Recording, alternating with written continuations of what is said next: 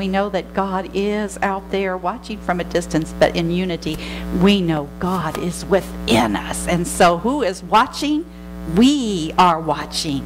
We are watching. And we're not from a distance. We're not from a distance. We're right here, right now.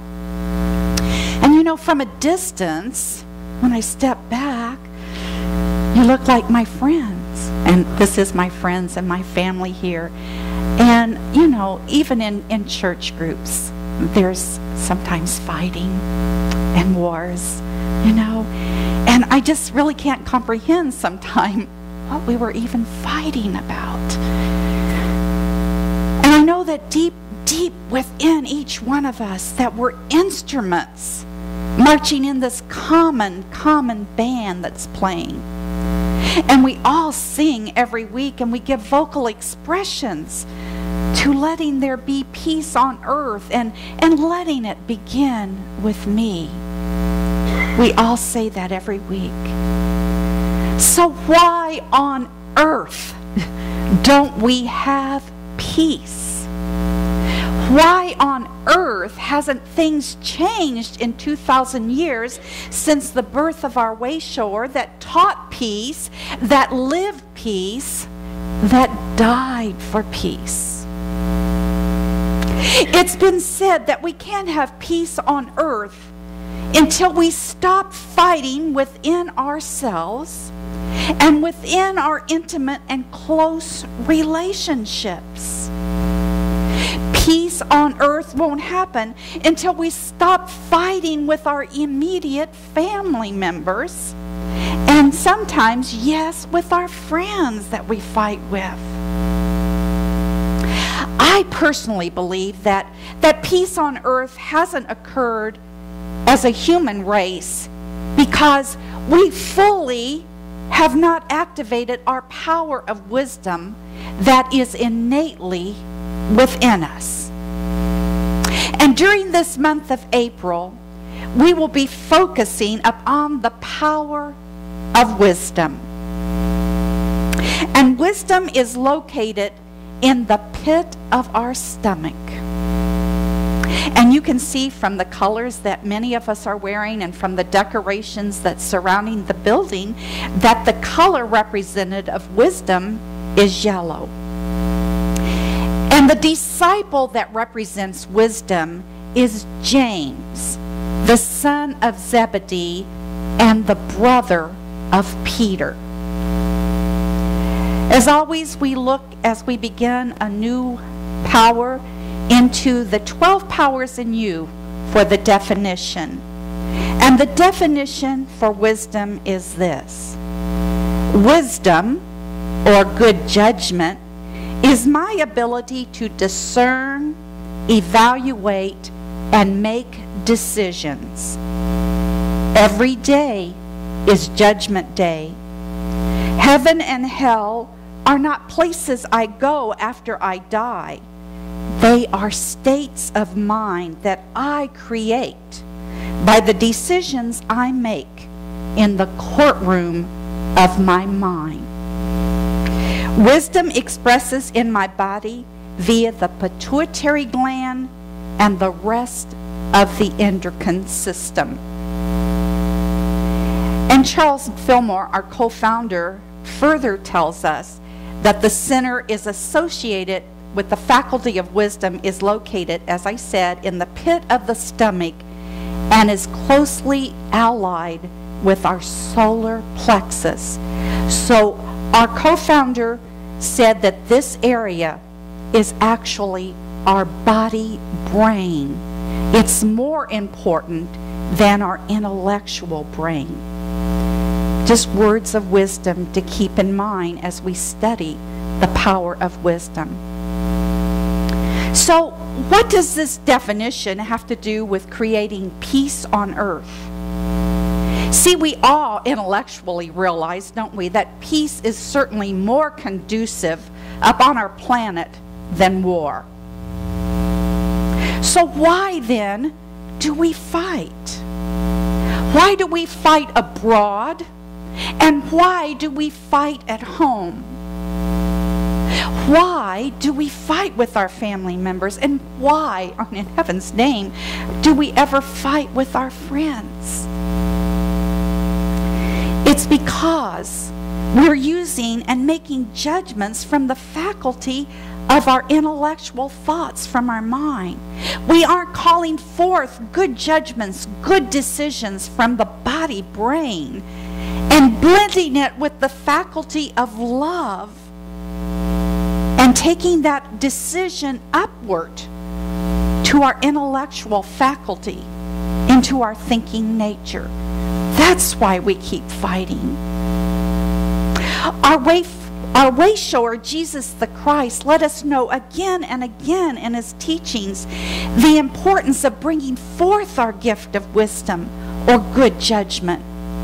In John chapter 7, verse 24, he said these words, "Do not judge by appearances, but judge with right judgment." From Matthew chapter 7, verse 12, he stated, "Judge not, that you be not judged. For the judgment you pronounce will be judged."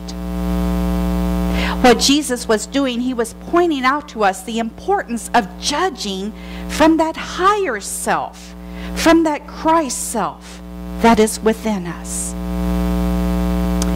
Winifred Hausman shares with us in Your God-Given Potential these further words about wisdom on page 50. She says, as we follow Jesus in developing our God-given potential, we too must learn to judge with right judgment and to turn to the inner spiritual knowing. We cannot afford to allow ourselves to be caught up in judging according to appearances, making decisions based simply on intellectual knowledge, or accepting limiting concepts constantly presented to us by the worldly viewpoint. Jesus learned to judge by right judgment, and so can we, if we consciously and conscientiously develop our faculty of wisdom and spiritual judgment. If we begin developing this wonderful power within us. You see, human judgment, the judgments that we make, are usually based on criticism, on condemnation, and upon fear. And when we make judgments based upon these things, they act like a poison in our body. Unloving and critical thoughts react in the wisdom center, folks, in the pit of our stomach. I'm sure that you've all felt it before. And this could bring forth, if we're not coming from our gut, that it could bring forth disease, dis-ease within us, such as ulcers, such as digestive problems, and problems in the stomach area, and also in our heart area, because wisdom and love work together. I'd like to share with you a story. It became personally clear to me that when I needed to be out of pain and went on a toxobesity program and lost the weight, that the one thing they gave me was a meal replacement to help repair my gut area. I never shared that with all of you before. You saw the weight loss and everything, but it was from the gut area being totally wounded. And I really didn't realize that so much at the time, that it was coming from my wisdom center and not using my power of wisdom correctly. But you know, no amount of meal replacement is ever going to repair everything within that gut area until I call forth my power of wisdom and good decision making and not be so critical and judgmental myself. I have to say it hit me like a ton of bricks on Friday that I was out of alignment in my wisdom area. And you know, God never brings up more than you can bear. I used to not like that phrase. I just thought it sounded so fundamentalist. But the truth is, why didn't that occur before? Well, everything spirals upward. We know that. And when you're ready, the healing will begin. Let the healing begin in each and every moment. And so I was really hit like a ton of bricks. Or should I say, I was hit by that big cosmic 2x4 once again.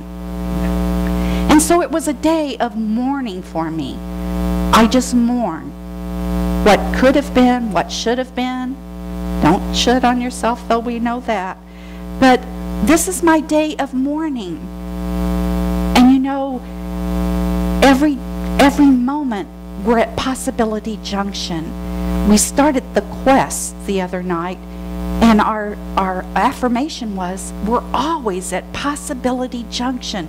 We can always begin again. We can always let the past go and move forward and bring forth our power of wisdom and let it unfold naturally.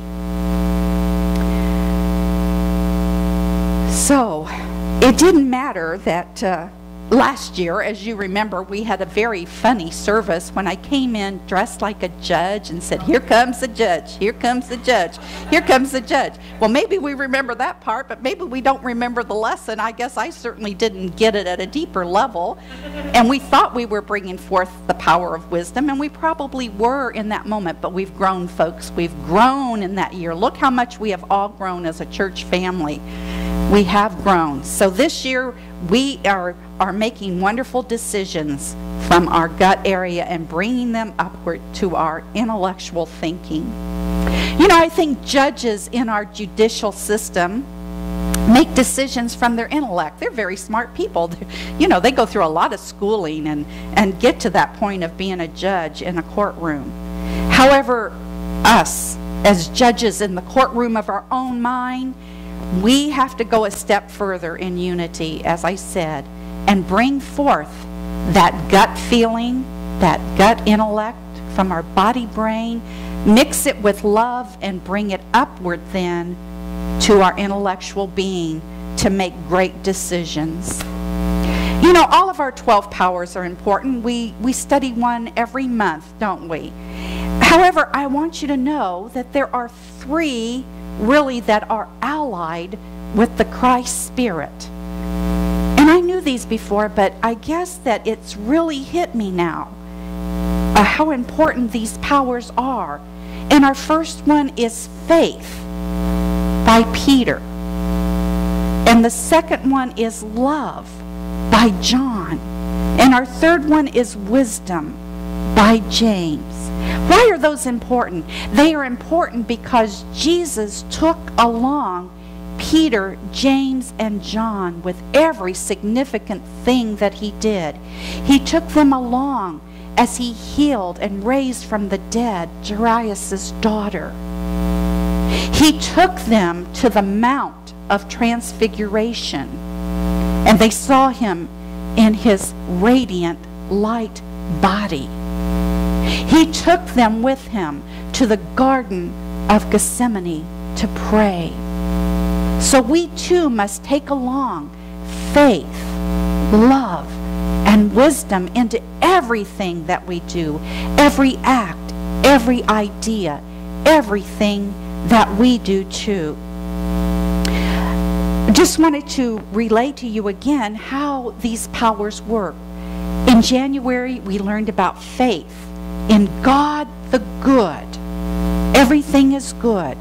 And along with that faith is the power of strength. And we need strength to stand in our truth, to walk forward. Then there's wisdom, that body, brain, and love that work together. These are called the brothers of thunder, and they work together to make a mighty, mighty transforming influence in our life.